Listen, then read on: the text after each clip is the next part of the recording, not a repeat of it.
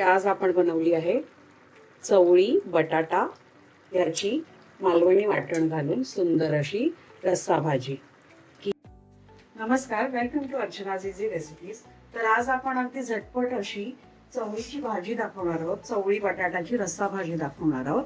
तर चला फटाफट मी सांगते इन्ग्रेडियंट्स। तर त्यासाठी आपण ही चवळी जास्त भिजवायची गरज नसते, की 2 तास भिजवली तरी ही पटकन भिजते। तर ही आहे 1 कप चवळी, अर्धा कप चवळी आहे जी मी 2 तास भिजवली, ती डबल होते म्हणजे फुगते। 1 बटाटा, त्याचे चौकोनी तुकडे करून घ्यायचे। आणि इथे आपण घेतलंय 1 कांदा, 1 टोमॅटो, थोडीशी कढीपत्त्याची पानं आणि कोथिंबीर। आणि आता पाहू आपण मसाले। आता इतर मसाल्यांमध्ये जिरं, राई, बडीशेप, हळद हे सगळं अर्धा टीस्पून घ्यायचं आहे। आणि मीठ घ्यायचं 1 टीस्पून। आणि मालवणी मसाला 2 टेबलस्पून किंवा 1 छोटी वाटी। तिखट घ्यायचं 1 टीस्पून। आणि हिंग घ्यायचं आहे पाव टीस्पून। आणि तेल 5 टीस्पून। आणि थोडेसे आपल्याला लसणी लागणार आहेत फोडणीसाठी।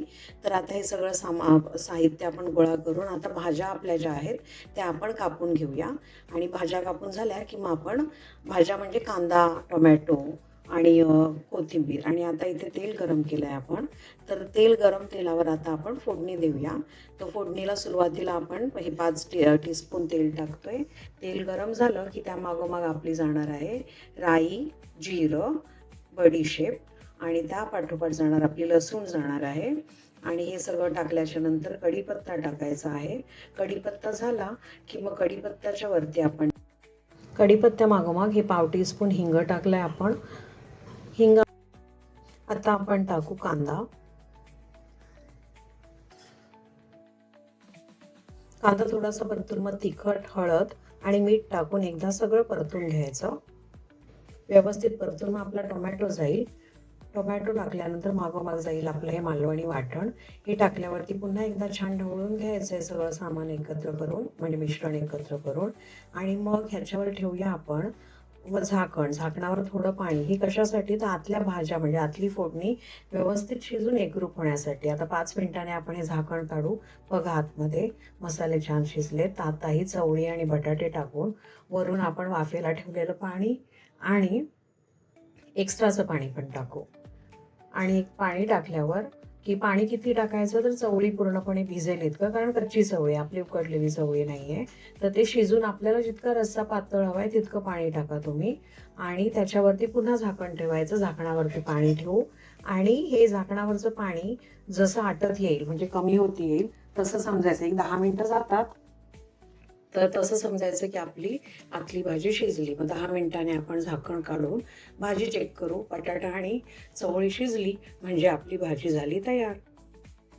हे पहा, इथे तुम्ही पाहू शकता की इथे चवळी आणि बटाटा चेक करतोय आपण की ते शिजलंय व्यवस्थित। आणि रस्सा आपल्याला जेवढा हवा, आता मला जेवढा हवा होता घट्ट तेवढा मी ठेवलंय। तुम्हाला खूप रस्सा हवा तर मग वाटण वाढवून रस्सा अजून करा। आणि आता वरून पेरली आपण कोथिंबीर आणि आपली ही चवळीची रस्सा भाजी किंवा चवळीची उसळ तयार झाली आहे। तर तुम्ही देखील ही रेसिपी नक्की ट्राय करा। खूप सोपी आहे। मालवणी मसाला फक्त वाटपाचा रेडी करून ठेवला की ही भाजी करणं कठीण नाहीये। अगदी डब्याच्या गडबडीत सुद्धा सकाळी तुम्ही करू शकता। तर नक्की ट्राय करा आणि पाहत राहा अर्चनाज इझी रेसिपीज। धन्यवाद।